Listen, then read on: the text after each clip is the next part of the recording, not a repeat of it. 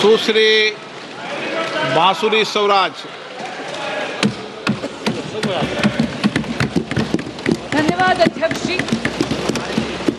मैं the public examinations prevention of unfair means amendment bill 2026 के support में खड़ी हुई हूँ। अध्यक्ष जी, ये एक ट्रांसफॉर्मेटिव अमेंडमेंट है। इसकी न केवल आवश्यकता है बल्कि ये आज के समय की मांग भी है और इस अमेंडमेंट को लाना आदरणीय प्रधानमंत्री श्री नरेंद्र मोदी जी की संवेदनशीलता और उनकी जिम्मेदाराना सरकार का प्रमाण है। अध्यक्ष जी, जब एक कॉम्पिटिटिव एग्जामिनेशन कॉम्प्रोमाइज होता है तो उसका असर केवल उस कैंडिडेट पे नहीं होता जिसका भाग्य दांव पर लग जाता है। इसका असर तो उस उनींदी मां पर भी होता है जो सुबह 4 बजे गर्म दूध और भीगे हुए बादाम अपने बच्चे को खिलाती है। उसका असर उस पिता पर भी होता है जो अपनी इच्छाओं का त्याग कर कर उस बच्चे की फीस भरता है। स्वयं प्रधानमंत्री श्री नरेंद्र मोदी जी ने कहा है कि पेपर लीक एक घोर अपराध है और इसीलिए मैं यहाँ कहना चाहूंगी और इस सदन को आश्वासन देना चाहूंगी कि आदरणीय प्रधानमंत्री श्री नरेंद्र मोदी जी के लिए पेपर लीक को घोर पाप कहना केवल एक बयान नहीं है, ये उनकी सरकार की नीयत है। इसीलिए ये अमेंडमेंट आज यहाँ पर लाया गया। Speaker Sir, a law is a living instrument. It needs to evolve with the challenges that it faces.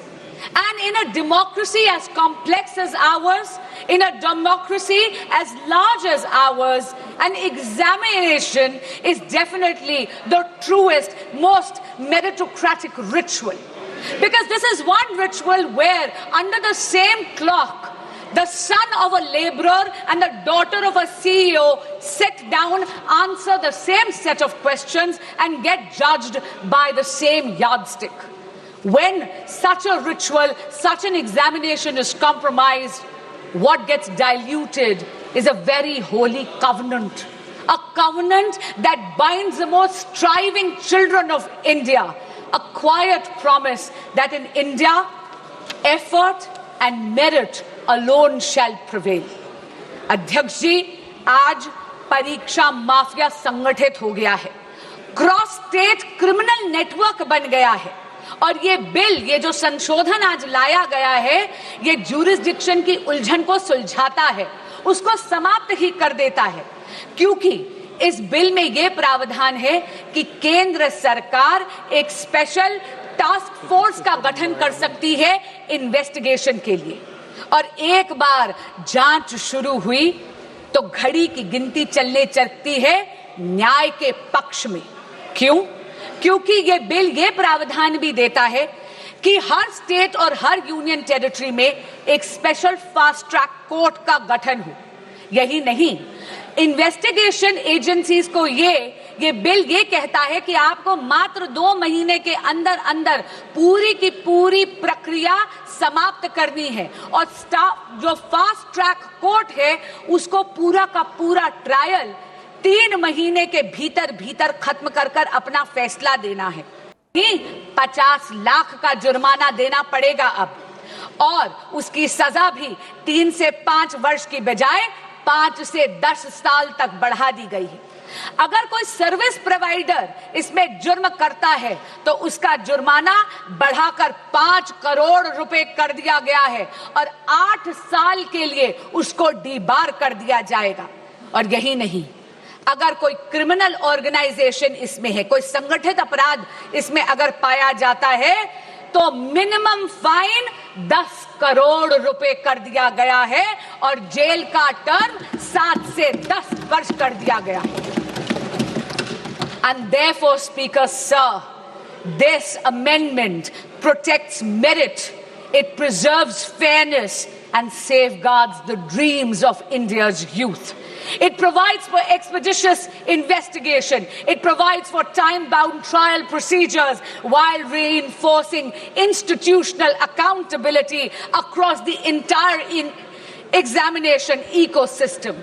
This amendment is the product of a responsive governance by a responsible Modi government. But Speaker, sir, this reform is not in isolation. अध्यक्ष जी, प्रधानमंत्री श्री नरेंद्र मोदी जी तो वो नेता हैं जो youth lead development का मूल मंत्र देते हैं विकसित भारत के संकल्प को सिद्ध करने के लिए। और इसीलिए परीक्षा में चर्चा कर कर उन्होंने अपने व्यक्तिगत समय का निवेश करा है इस देश के युवाओं में। उन्होंने तो ये सुनिश्चित करा है कि हमारे देश का बच्चा एग्जाम वॉरियर से एग्जाम वॉरियर बन जाए। पिछले 12 वर्षों में शिक्षा के क्षेत्र में मोदी सरकार के अथक प्रयासों से रिफॉर्म एक्सप्रेस चल रही है। आप देखिए 12 सालों में अध्यक्ष जी, medical colleges and medical seats have doubled, दुगनी हो गई है उनकी संख्या। यही नहीं, आईआईटीज अब 16 के बजाय बढ़कर 23 हो गई हैं। आईआईएम्स 13 से बढ़कर 21 हो गई हैं। Functioning AIIMS, all India institute of medical sciences अब 7 नहीं, मोदी सरकार के कार्यकाल में 7 से बढ़कर 20 हो गई हैं। यही नहीं, नंबर ऑफ यूनिवर्सिटीज भारत में मोदी जी के कार्यकाल में 60% से ज्यादा हो गई हैं, बढ़ गई हैं। As far as higher education enrollment statistics are concerned, अध्यक्ष जी, 91 लाख एडिशनल स्टूडेंट्स अब हायर एजुकेशन के इंस्टीट्यूट्स में एनरोल करते हैं, जिसमें से 50 लाख महिला स्टूडेंट्स हैं, फीमेल स्टूडेंट्स हैं। और हाँ, एससी स्टूडेंट्स की एनरोलमेंट तो 44% हो गई है। एसटी स्टूडेंट्स की संख्या बढ़कर 65% हो गई है। अध्यक्ष जी, ये विस्तार केवल अफसरों का विस्तार नहीं है, ये सामाजिक न्याय का विस्तार है। लेकिन मोदी सरकार ने रिफॉर्म्स को केवल इंस्टीट्यूशंस तक सीमित नहीं रखा, डिजिटाइज कर कर यह सुनिश्चित कर दिया कि दीक्षा के माध्यम से एजुकेशन हर बच्चे के मोबाइल फोन तक पहुंच जाए। ईट पाठशाला के माध्यम से पूरी की पूरी लाइब्रेरी अब बच्चों की हथेली में है। CUET जैसा एडमिशन प्रोसेस के लिए एग्जामिनेशन लाकर एडमिशन प्रोसेस को और ज्यादा पारदर्शी यानी ट्रांसपेरेंट बना दिया। और NEP 2020 में भारत की एजुकेशन सिस्टम को रिजिड स्ट्रीम से मुक्त कर दिया गया है। यदि कोई स्टूडेंट बायोलॉजी के साथ साथ म्यूजिक पढ़ना चाहता है तो उसको अब अपनी प्रतिभा में किसी एक सब्जेक्ट का चयन करने की जरूरत नहीं है, क्योंकि नरेंद्र मोदी जी ने यह सुनिश्चित कर दिया है कि प्रतिभा ना परिस्थितियों की अधीन होनी चाहिए और ना ही एजुकेशन स्ट्रीम्स की मोहताज। अध्यक्ष जी, जब अफसरों का विस्तार होता है तो उसके साथ साथ उन अफसरों की निष्पक्षता भी सुनिश्चित करनी अनिवार्य है। ये अमेंडमेंट बिल 2026 का यही सुनिश्चित करता है। अध्यक्ष जी, इस सदन में पिछले 2 वर्षों से मैंने देखा है कि बहस तथ्यों पर होनी चाहिए, बहस नैरेटिव पे नहीं होनी चाहिए, बहस प्रमाणों पर होनी चाहिए, बहस पूर्वाग्रह पर नहीं होनी चाहिए। इसीलिए मैं ये जरूर कहना चाहूंगी आपके माध्यम से विपक्ष के साथियों को, सबसे पहली बात तो बेल सरकार नहीं, इस देश का कोर्ट देता है और लोकतंत्र में judiciary is independent of the executive and the legislature. दूसरी बात मैं ये कहना चाहूंगी, कांग्रेस के साथी और विपक्ष के कुछ साथी एक नैरेटिव बिल्ड करने की कोशिश कर रहे हैं, जैसे कि पेपर लीक की समस्या, एग्जाम कॉम्प्रोमाइजिंग की समस्या केवल और केवल 2014 के बाद पैदा हुई है। अध्यक्ष जी, मीडिया की रिपोर्टों का अगर हम सच माने तो विपक्षी दलों के जहां जहां पर शासित राज्य हैं और पिछला जब 1 दशक था जब 2014 से पहले कांग्रेस लेड यूपीए सरकार था, तब एक नहीं दो नहीं बल्कि टोटल 22 बार पेपर लीक होकर कैंसिल करने पड़े। उनमें से कांग्रेस लेड यूपीए सरकार के अधिकार क्षेत्र में आने वाले 6 ऐसे एग्जामिनेशंस हैं जो सीधा केंद्र सरकार के नीचे आते थे। अध्यक्ष जी, AIIMS PG examination 2006, ICAI CPT examination 2007, CLAT 2009, Railway Recruitment Board examination 2009, AIEEE 2011, SSC CGL examination 2013, ये सारी की सारी पेपर लीक तब थी जब विपक्षी दल सत्ता में था, यानी कांग्रेस लेड यूपीए गवर्नमेंट थी। अब मैं राज्यों के कुछ आंकड़े आपको देना चाहूंगी। राजस्थान में जब कांग्रेस की सरकार थी तो REET, RPSC, senior teacher recruitment, police constable examination recruitment, forest guard recruitment, CHMO recruitment exams leak हुए। टीएमसी की जब सरकार थी पश्चिम बंगाल में टीचर रिक्रूटमेंट स्कैम में सुप्रीम कोर्ट ने 27,753 अपॉइंटमेंट्स को कैंसिल करा गया, क्योंकि उन्होंने उसमें फ्रॉड और मैनिपुलेशन पाया। यही नहीं, जब बीआरएस की सरकार थी तेलंगाना में तो टीएसपीएससी पेपर का लीक हुआ। उत्तर प्रदेश में जब सपा की सरकार थी तो police constable recruitment paper leak हुआ। तब तो सॉल्वर गैंग्स और ऑर्गेनाइज्ड एग्जाम फ्रॉड के गैंग्स वहां ऑपरेट करते थे। और हाल ही में पंजाब में, ये तो इसी साल की बात कर रही हूं, फार्मेसी ऑफिसर रिक्रूटमेंट एग्जामिनेशन में तो हाई टेक यानी ब्लूटूथ का इस्तेमाल कर उस पेपर को कॉम्प्रोमाइज करना गया। पर मैं पूछना चाहती हूं, इससे पहले कि विपक्ष मुझ पर यह इल्जाम लगाए that I am talking about whataboutery. This is not about whataboutery, but I am calling out the opposition on its selective outrage. मैं पूछना चाहती हूं विपक्ष से कि अगर ये सिद्धांत की लड़ाई है तो सिद्धांत सरकार देख के बदल कैसे जाता है।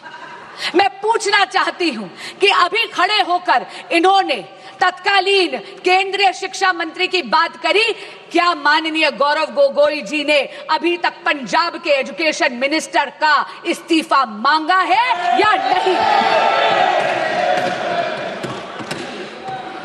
यही बात नहीं है अध्यक्ष जी। एक सिंगल प्रोफेशनल टेस्टिंग एजेंसी की मांग पिछले 30 साल से इस देश में पेंडिंग थी। 1986 की जो नेशनल पॉलिसी थी एजुकेशन की, उसका जब प्रोग्राम ऑफ एक्शन 1992 में आया तब ये मांग उभर कर आई। इसको आईआईटी डायरेक्टर्स कमेटी ने 2010 में रीइटरेट करा, इसे दोहराया, लेकिन ये मांग इसको अनदेखा कर दिया कांग्रेस पार्टी और यूपीए ने। क्यों? क्योंकि उनको कोई फर्क नहीं पड़ रहा था कि इस देश के युवा का भविष्य कसौटी पर नहीं उखड़ रहा था। उनको कोई फर्क नहीं पड़ रहा था कि इस देश के युवा का भविष्य उसकी बलि दी जा रही थी। ये तो नरेंद्र मोदी की सरकार आई, एनडीए की सरकार आई तो 2017 में एनटीए का गठन हुआ। अध्यक्ष जी, जहां पर कांग्रेस शासित यूपीए ने पॉलिसी वैक्यूम करा, वहीं पर अगर मैं जेनजी की भाषा को बोरो करूं, then I will have to say Modi ji clocked it and provided a legislative solution. But while Narendra Modi provided an anti-paper leak law, a very robust law, which today is being even more formidable, all that the opposition did was chase political opportunism. अध्यक्ष जी, फर्क साफ है। फर्क केवल सरकार का नहीं, फर्क सोच का भी है। यूपीए का मंत्र है delay, deflect and deny. Modi का मंत्र है डिटेक्ट, डिसाइड एंड डिलीवर।